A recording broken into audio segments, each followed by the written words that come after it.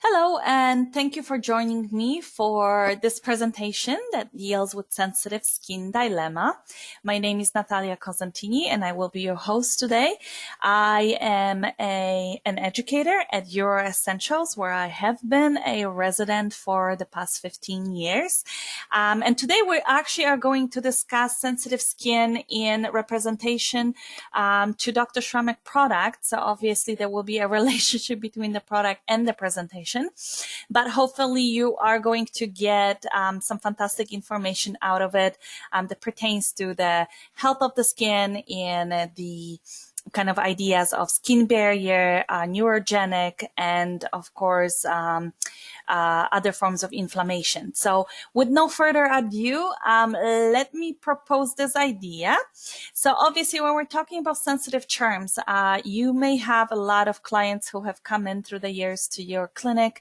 And of course, one of the first things that comes out of their mouth in relationship to having conversation with you is, I have sensitive skin. So that is something that we notice is probably an increasing dilemma. Now, in the most recent worldwide surveys, more than 65% of women would categorize their skin as sensitive. Of course, sensitive, it could be a broad term that is applied sometimes very loosely. Some clients experience sensitization versus a true sensitivity. So we'll sort of try to work around confines of those specific terms, and we're going to be able to actually see how they differ and how the approach should be different between your treatment and your client. So obviously it is a type of condition that may have multiple different factors. And most of the time when we're talking about sensitive skin, we're talking about a skins that have the responsiveness to external stimuli that it's higher than that of normal skin. So increased threshold. So a client who comes in and says, you know, I'm actually okay most of the time, but when you touch me, I get red and the redness goes away. That would be something that in your head right away you can put, or you can kind of file in the idea of sensitive skin.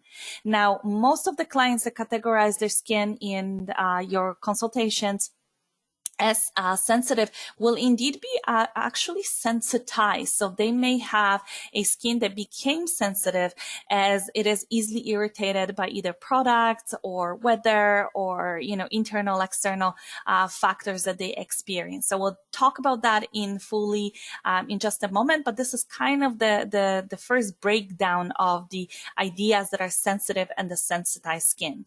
And then of course there is a subset of the sensitized versus sensitive skin, which is of course skins that are more prone to allergies. Those are of course hypersensitivities that are acquired as reactions to various different substances, maybe something that irritates the individual skin. So most typically this is going to be something like fragrances, colorants, you know, metals like nickel, for example, copper, or latex that we definitely see more and more. So reactions of sensitive skin, where is the stimuli really happening, and what type of skins are we talking about here? So this can definitely be sort of maybe divided into two subcategories: the inherited type of sensitivities that definitely can be traced back to the genetics. So eczema, not just any eczema. Eczema can be a large umbrella terms for many other forms of dermatitis, but what we're talking about here is atopic dermatitis. This is a situation where an individual has a specific gene that has been inherited, usually from one of the parents, and that causes disturbances in the skin. Keratinization disorders, which are very, very apparent in many individuals, most predominantly the keratosis pilaris, which is on the back of your arms, or in some cases, if it is reflected in also cases of inflammation, or you know, more visible on the maybe facial features, something like hyperkeratosis facial rubrae. Many young individuals suffer from that. Sometimes it's a type of situation where it will actually be continuing to adulthood as well. Fish scale Scale disease, this is usually also something that's relatable to ichthyosis, is the proper term for this, of course, and other forms of genetically inherited disbalances in the skin. So acquired is a little bit different. Here we're talking about exogenous type of stimuli. So obviously environmental factors have a lot to do with it, and many people will talk about pollution. There are famous cases of studies or areas of studies that had been done in places like China and show that women who live in more of the industrial areas definitely show more sensitivity or sensitization in their skin than women who live in more rural areas. So air from heating, forced heating will definitely be an issue. Frequent washing, some of us might actually start experiencing it amidst COVID. We're washing our hands a little bit more often, so obviously that will cause a little bit of disruption to the external factors of the skin barrier. In some cases, it's also medication and other factors, which we will look into in a moment. So just kind of on the wheel of motion here, genetic dispositions are definitely one of those things that we categorize sensitivity in the skins by, but there are other triggering factors. So for example, somebody may have a sensitive or even inherited sensitivity in the skin. The skin is actually working with them quite well, but they're going to notice the moment they get more stressed, eczema may flare up, the touch sensitivities in their skin may flare up. Why is that? Well, the amount of cortisol as the predominant stress hormone rises, that a lot of the times causes polarization of nerve endings, and in some cases it can also lead to disturbances in a skin barrier. So delayed reaction of rebuilding lipidic structures in the skin and so forth can definitely be related to stress. Stress also will be one of those factors that can impact your sleep, so your recovery or your biorhythms will be disturbed, and of course regeneration in the skin will be impacted by that as well. We of course also talk very often about climate. Climate we understand, or our clients would very often understand as the macro idea of climate. So what's the weather outside today? Is it raining? Is it snowing? Is it cold? Is it hot? All of that can have impact directly on your skin. But what a lot of us actually do sort of forget or do not realize is that the internal climates, for example, inside of the buildings, which we very often refrain to as the microclimate, that can have a lot of effect on how your skin is as well. So sitting under a vent that's blowing cold or hot air may not be the best for your skin either. Cosmetic products. So obviously a lot of ingredients out there have been villainized. Whether this is true or not, I will leave out of the conversation today, but there are some ingredients that definitely have been in medical assays linked back to some of the reactions in the skin. So predominantly we're talking about fragrances here. In some cases, people also react to things like colorants and other aspects of our products. Some people may have true allergies to a variety of products, usually natural product market. You will notice that because the ingredients are actually obtained kind of from raw materials and really not purified or not prepared in a way that the skin can receive them very widely, that causes some irritation to some individuals. Drugs, medications, of course, this is a subject that's been debated very often. So how is that impacting our skin? Most of the typical situations that you will notice is maybe clients who are on diuretics. They will propose themselves with more dehydration in their skin. Clients who have been avid users of isotretinoin, they have been on that therapy for a long time. That will impact the ability to, produce lipids and of course have that coherence in the skin. And of course, clients who are using different forms of retinoic acid by prescription, they may go through that period of retinization where the skin may appear to be very upset. Psychological pressure, of course, that relates back to stress. So we discussed that already. But of course, those are really true factors.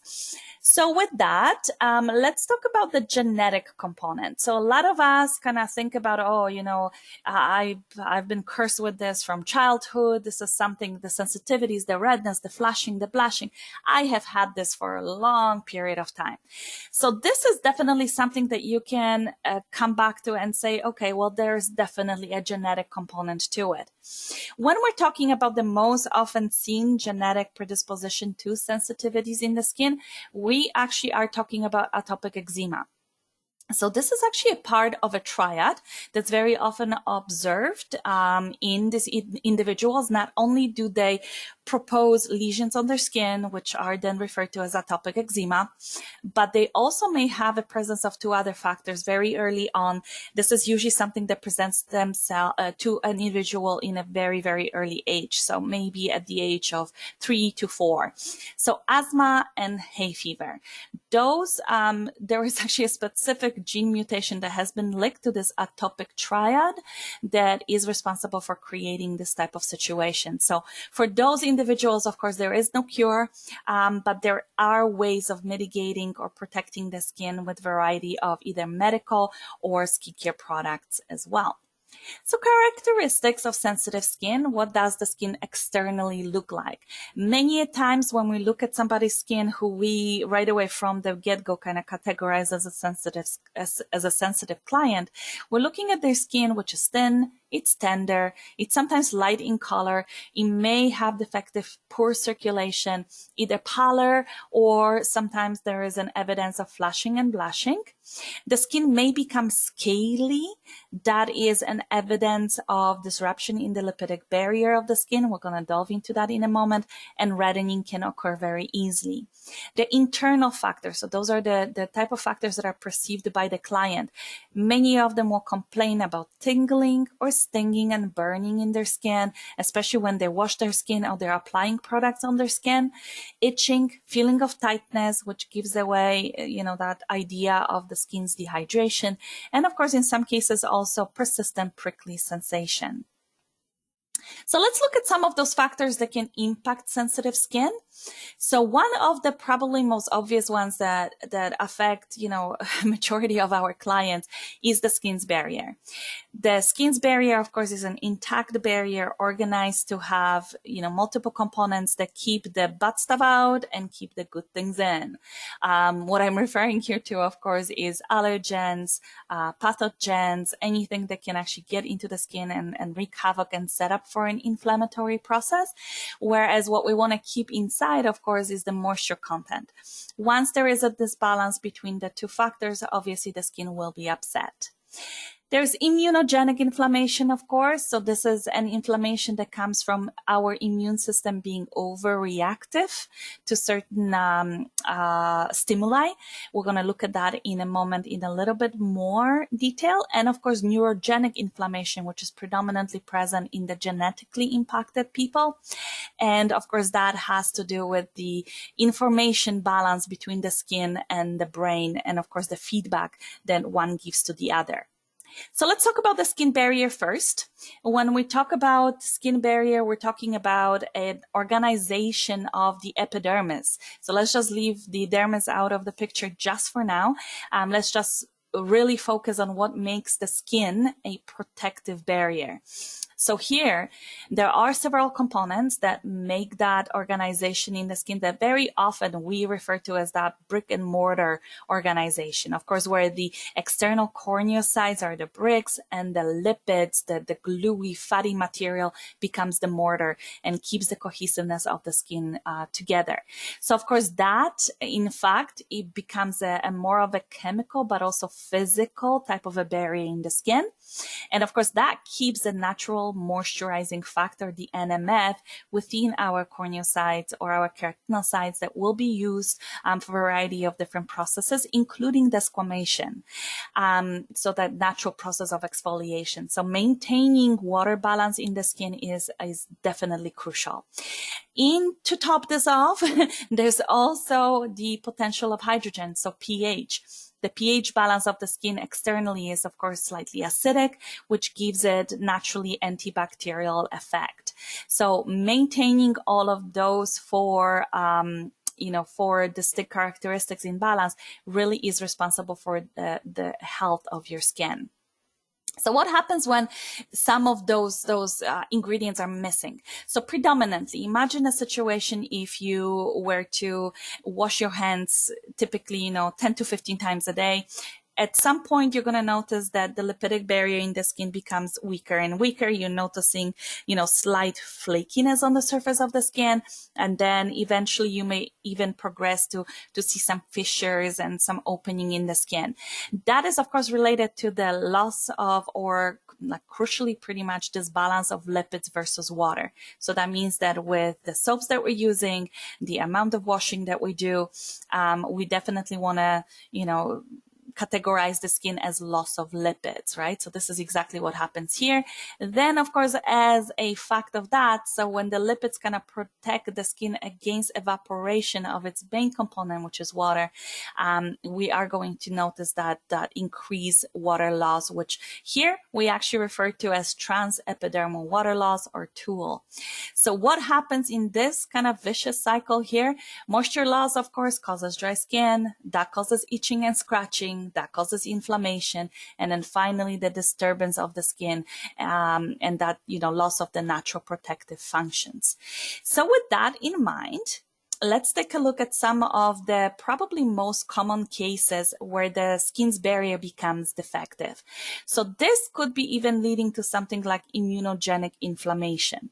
So think of atopic dermatitis, which we discovered a little bit earlier. So in cases of eczema, where the skin's barrier is definitely not intact, has become compromised, and all of a sudden there is a situation where the skin looks flaky, red, has an appearance of sort of disorganized skin, and also itches and burns in some cases. But when immuno kind of effects in the skin get involved, this is when we're talking about contact allergic dermatitis and contact irritant dermatitis. So what's the difference between the two? Well, obviously, if you're allergic to something, this is an agent that at some point your skin decided that it does not have the balance of threshold against, and every time you're exposed to that agent, your skin may develop an allergic reaction. So this is a scaly skin, sometimes puffiness, sometimes oozing, and so on. When it comes to contact irritant dermatitis, the situation is slightly different. In this case, very often we notice that we are exposed to some type of an agent. This could be, for example, something like bleach that irritated your skin, right? Bleach is a lye. It can definitely disturb the balance of lipids. And for that moment where you're exposed to it, and after that exposure, you experience a little bit of a disorganization of the skin as well. So what's different between, let's focus maybe a little bit more on that allergic contact eczema. So what's the difference between chronic versus acute? Acute is usually what occurs at the very moment of kind of forcing that threshold over. So your skin just says, you know what, I love those earrings, they look great on you, but I really don't like what's in them. So let's say nickel. You're allergic to nickel. In some cases, the allergies can definitely present themselves acutely within 24 to 48 hours of the contact, right? So that will be severe reddening. There will be some type of a swelling that will happen. A lot of the times that later causes itching, weeping, and small blisters. Scabs will, of course, occur after that. And patient mainly will complain of itching and general just being not healthy and just annoyed by the situation. So that can present itself, kind of go away for a little bit, but when the situation becomes chronic, so this is more for that allergic contact eczema that just appears, disappears, appears, disappears. Usually the result of acute eczema is what chronic allergic contact dermatitis is. So the skin often becomes thicker. It will become more scaly, it's strong itching, and tendency for healing is rather low. So that means that as long as you're exposed to the agent and you kind of come in contact with the offending agent over and over again, there's always going to be the potential to develop the same type of reaction. So what gets involved in this situation? Very often we talk about the inherent effect of the immunity in the skin. So obviously our specialized cells that are macrophages, neutrophils, mast cells, these are things that we're equipped with naturally from birth. And they are going to pretty much attack the antigen first. But of course, we do also have the learned ability to mitigate. This, unfortunately, is not always the case in situations situations like contact allergic dermatitis, we really don't learn how to deal with the antigens. We develop that chronic situation where some of the more specialized cells get involved as well and kind of propose that immunogenic inflammation to continue. The threshold, of course, in this case will be very, very low. Even the least amount of the antigen that you're going to come in contact with may be seen as offensive. So there's another type of inflammation that occurs in the skin, and this is, of course, out of the neurogenic pathway. So this is where your skin has a little bit of a sensory perception. So we very often ignore the idea of nerves or nerve endings in the skin, but your skin is equipped with a variety of specialized nerve endings that can detect what's going on the outside of our body. So what is the environment telling your brain, basically? So obviously, if it's hot, if it's cold, we're going to be able to perceive it. Our skin usually definitely reacts first. So either sweating, or there will be shivers that are initiated, or even your hair stands up on the back of your head there. That is usually definitely something that's categorized by the sensory effect of temperature changes. But your skin is also an organ that can detect the smallest amount of pressure, any type of offensive materials that can prick at it or cause any type of irritation, and of course also touch. So what are some of those nerve endings? Well, obviously Merkel discs, Meissner corpuscles, Purcinian corpuscles, all of those are specifically designed or, specifically manufactured in your skin to receive different type of impulses. Now, unfortunately, they are connected to nerve tissue, and that nerve tissue carries the information that it receives from them back to the brain. The brain perceives it, and of course there is some type of a reaction where the brain decides whether this is a one-time offense or this is going to be a repeated type of offense. And with that in mind, of course, we're also talking about the stimulation that is ongoing. So what's behind that kind of chronic reaction? So nerve ending stimulation happens by release of neuropeptides. So this is the effect of that. The neuropeptides is the language of the nerves, between the nerves and the brain. So once the neuropeptides are released, brain response definitely does take place. More neuropeptides are being released. Sometimes histamine release is also initiated. That involves, of course, swelling and immunity to some effect. That, of course, proposes more inflammation, more pruritus, where you get a little bit of that sensation of nerve polarization, where you feel itching. And, of course, that comes back to the nerve endings, and the cycle repeats itself. So, obviously, when we're talking about treating sensitive or easily irritated skin, we have to keep that in mind. And really, your approach should always be less is more.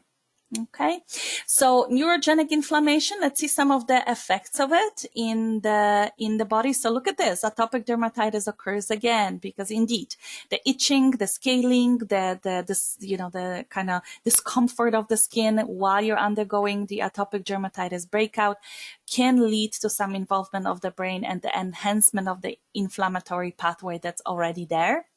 In other cases, it could be skin diseases such as rosacea. So this is obviously a progressive disease that manifests itself a little bit later in life. Usually starts with flushing and blushing, and then sort of translate itself into forms of telangiectasia that will definitely be present there. Sometimes there's a small amount of pustules or even retention of fluids in the skin tissue.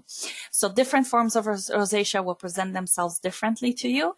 And then, of course, one of the most obvious ways of kind of figuring out, where the inflammation has a neurogenic pathway is in situations like dermatographia.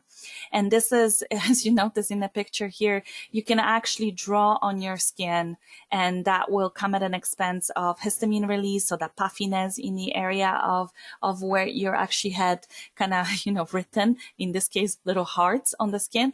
And of course, the subsequent inflammation that is present here too.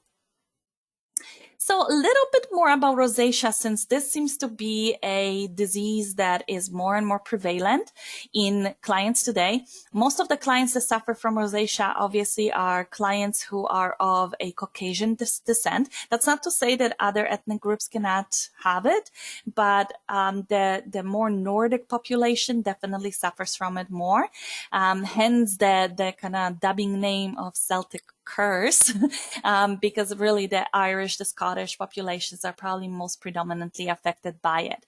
So obviously, what is the overall picture of rosacea? You have skin redness, you have erythema, stasis, which basically relates to a state of stay. So nothing really retracts. It is a situation where you're going to observe the same thing every single day.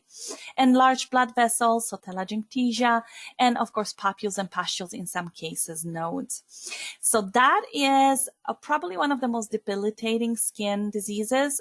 There is no cure for rosacea today. However, there are many forms of treatment, whether it's a medical treatment or some type of maintenance treatment with skincare products. We'll look at that a little bit later.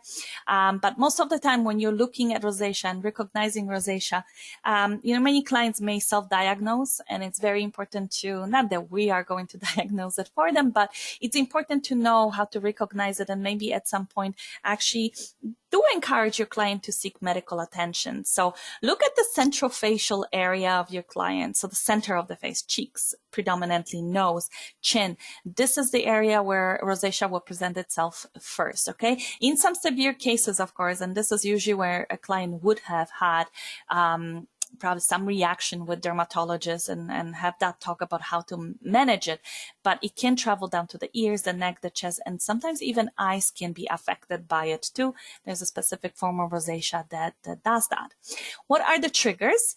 So for clients who suffer with rosacea, one of the things that you want to always kind of relay back to them is that alcohol, spicy foods, and even like we discussed before, psychological stress are probably one of the strongest internal stimuli. So if you can avoid these stimuli, the triggering factors for rosacea definitely are going to be lessened. External stimuli are irritating chemical substances. So here we're talking about a client who very often with rosacea cases, we also see they do have disruption of the skin barrier. So irritating cosmetics such as soaps or perfume or, strong colorants, they will have some effect on the skin too. Heat and cold temperatures, of course, they can irritate the blood vessels, and many clients with rosacea will avoid UV radiation because they know that one natural vasodilator that sun is, it can wreak havoc on the case of rosacea as well. So having all of that in our mind and kind of thinking, okay, so if we do have that client with these forms of sensitivities present themselves to you, how are we dealing with them in the cabin? And many of us think that more is better, where actually less is more. So a couple of simple rules here. Limit the treatment time. So plan a shorter treatment. You do not want to work on this individual for an extended period of time, okay? Now, another thing that you can also do is limit very strong stimuli. So overtly hot substances or modalities, overtly cold by the same token also. Cool is better than cold in a lot of these situations. And of course, limit some of the stimulation that you can employ either by your touch or your massage. Opt out for different forms of massage if you can. And of course, also limit stimulation from the machinery or the modalities that you have available to you. Choose calming ingredients or products that feature those. There's a lot of great ingredients on the market today that can definitely give you these options. Okay. Offer stress-free zone as well. So remember, these clients, sometimes it's maybe best to give them a moment to just relax. Many of the skincare lines out there, actually, when it comes to the approach of sensitive skin, will tell you, okay, get your client on the bed. You don't have to necessarily start working on them right away. Maybe a little musical therapy or, maybe a pressure point massage will be a great way to start the treatment. That way client can relax, natural endorphins and other happy hormones get released, and that actually interrupts to some degree the neurogenic pathway in their skin. So some of the do's: do cooling treatments, not overtly cold, but on a cool side. If you know manual lymphatic drainage, it's always the best option for these type of individuals, especially if they suffer from, the chronic diseases like rosacea that we discussed prior to this. Choose enzymatic agents versus harsh AHA or stronger exfoliants, and definitely not anything that is coarse or scrubby.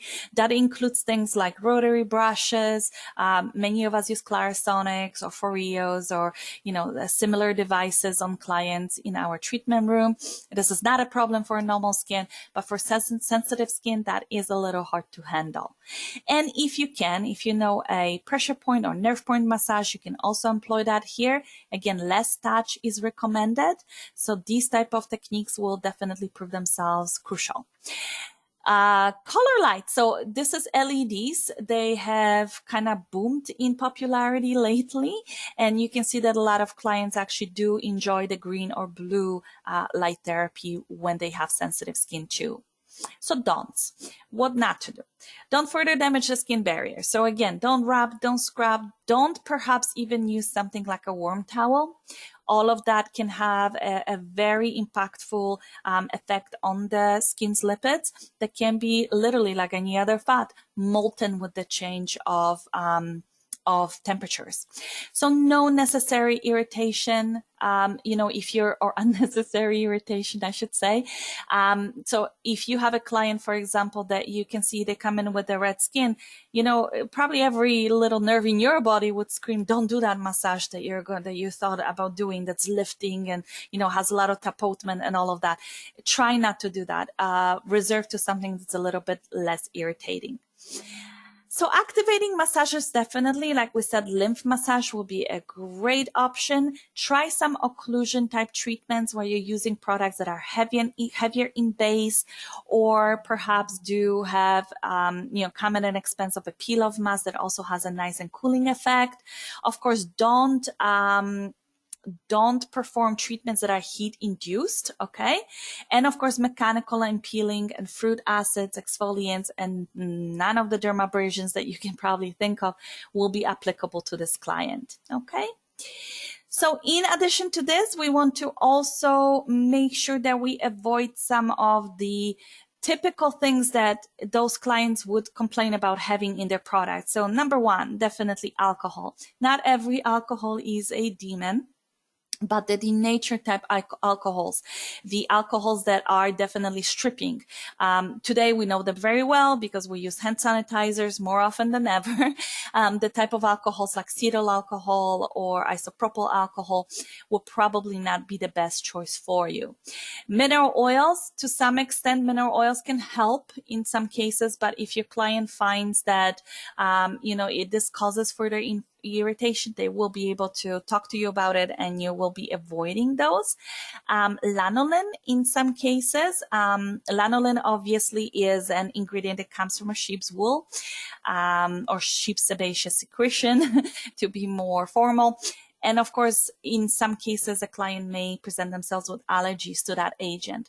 In some cases, polyethylene glycols can also be an ingredient the client tolerates, very, very roughly. They will be looking at PEG-free products. Of course, colorants, or we're talking about DNC type of colors, tar-based colors. Mineral colorants typically are fine for sensitive skins, but what quality of colorants is in your product and, where does it originate from will be very, very important. In some cases, parabens have been also shown to have irritating action on individuals with impaired skin barrier.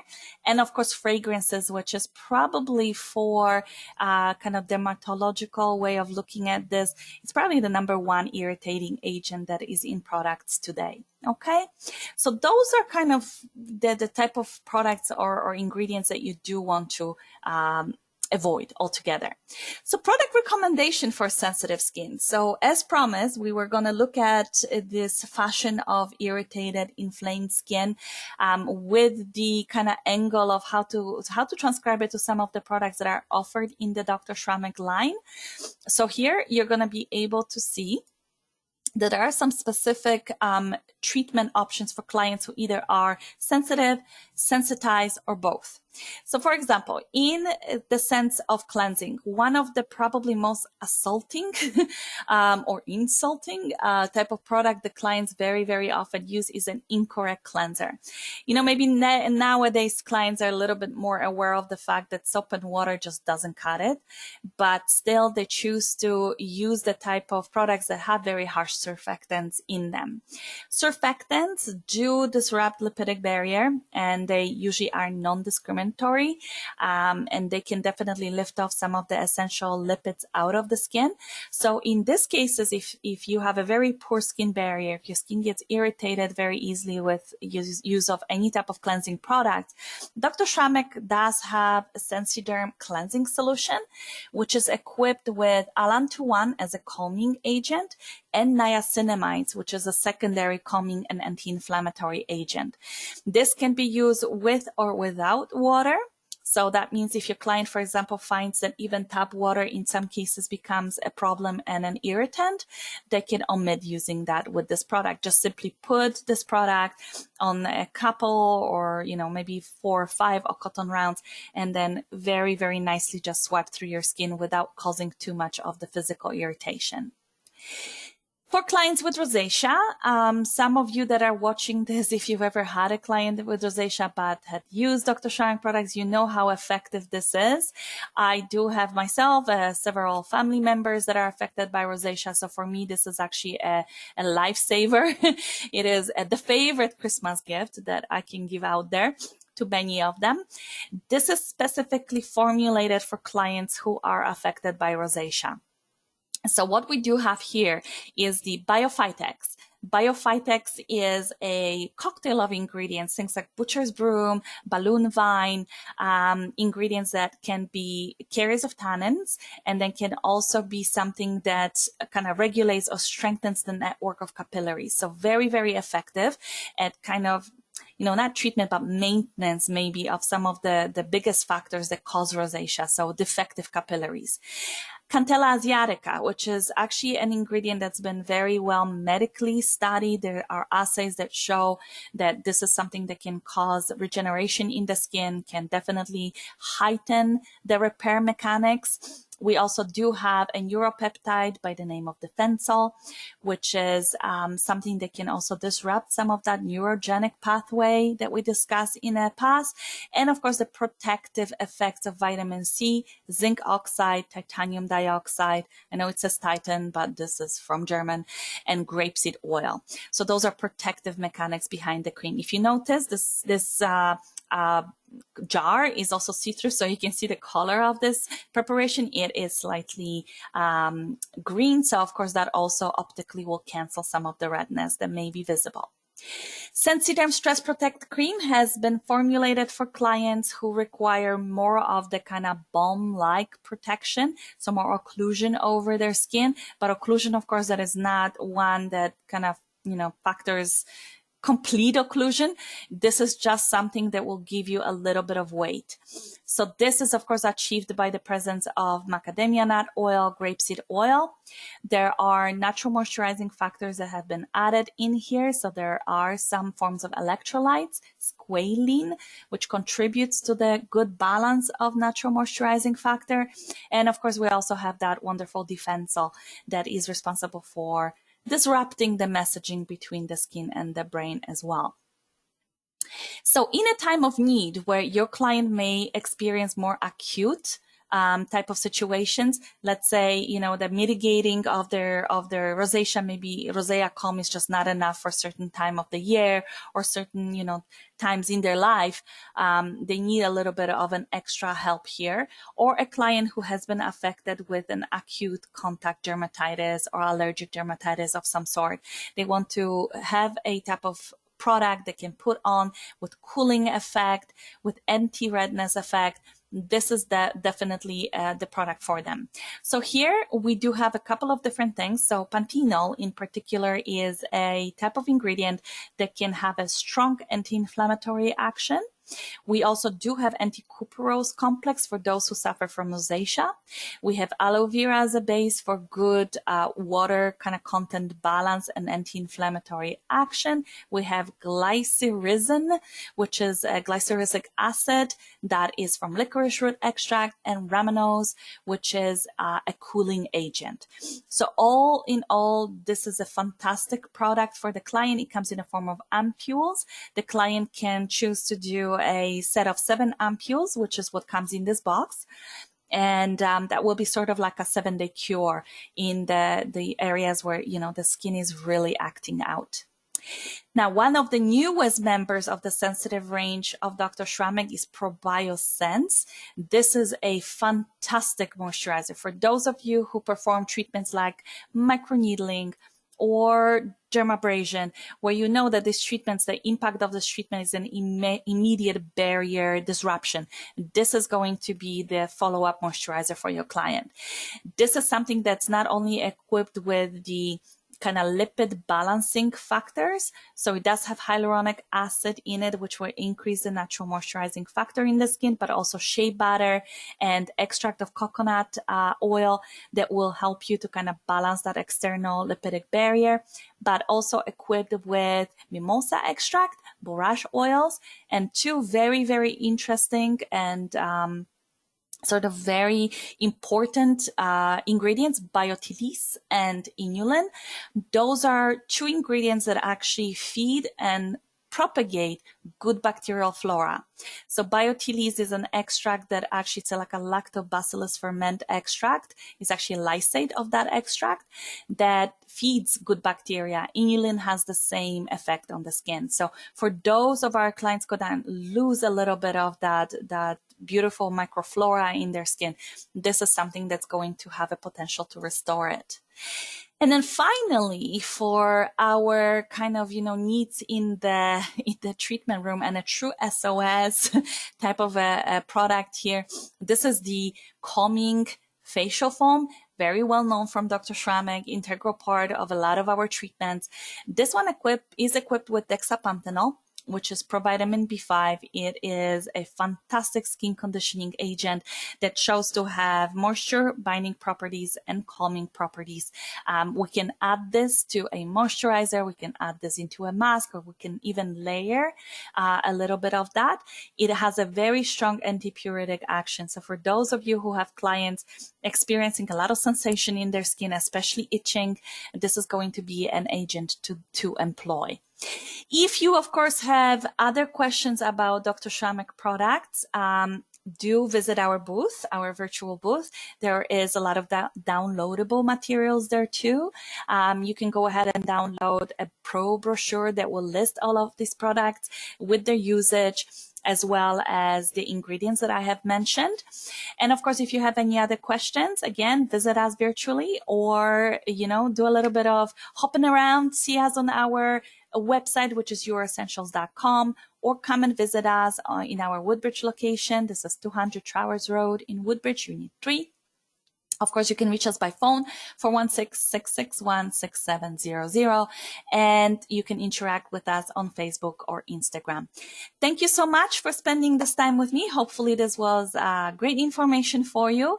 And again, if you do require any extra information, do reach out to us or come in for one of our workshops. Thank you so much and have a great night.